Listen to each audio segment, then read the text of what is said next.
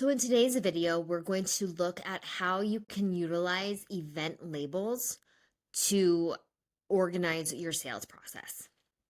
So in Sunnis, anything that is in an active inquiry goes under the status of just that, inquiry. But let's be honest, inquiry is a huge status. A lot can be going on within inquiries, from that initial email or two, that first follow up, viewing booked, viewing attended. When we see inquiry, we really can't tell where they are within that inquiry process.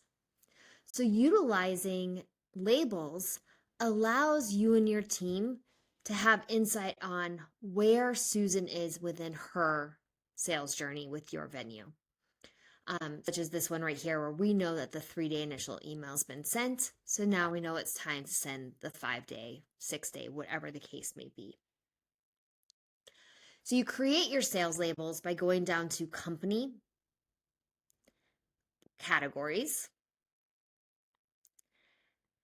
event labels. This is where you want to put in each step of your sales journey.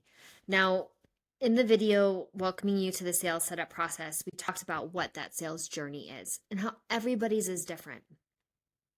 But a few critical steps that pretty much everybody has is that first follow-up. So they initiate an inquiry with you. You have your first follow-up. That's probably following up on that automatic reply to that form that was submitted, or it's that first email to that directory request, whatever the case may be. That's your first follow-up. Then, assuming they don't engage, do you have a second follow-up? Do you have a third follow-up? What is that nurture sequence? And what do you name that? Is it nurture 1, nurture 2, follow-up 1, follow-up 2? Then a couple other critical steps would be viewing booked, viewing attended, viewing follow-up 1, viewing follow-up 2.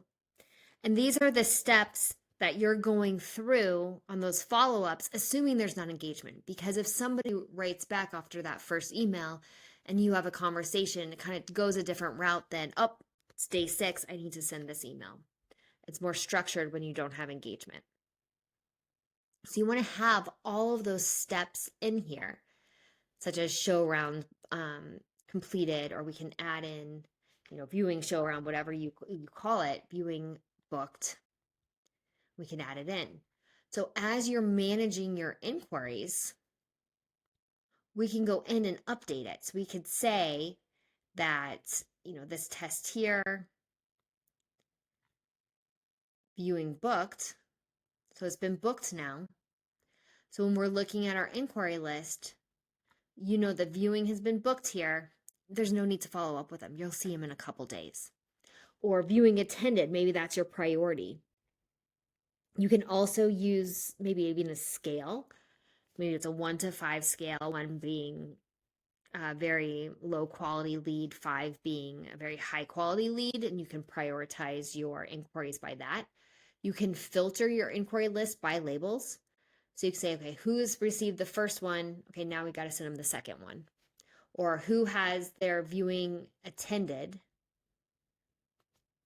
That's who needs to have a follow-up sent. Those are kind of your low-hanging fruit. They've taken an hour of your time.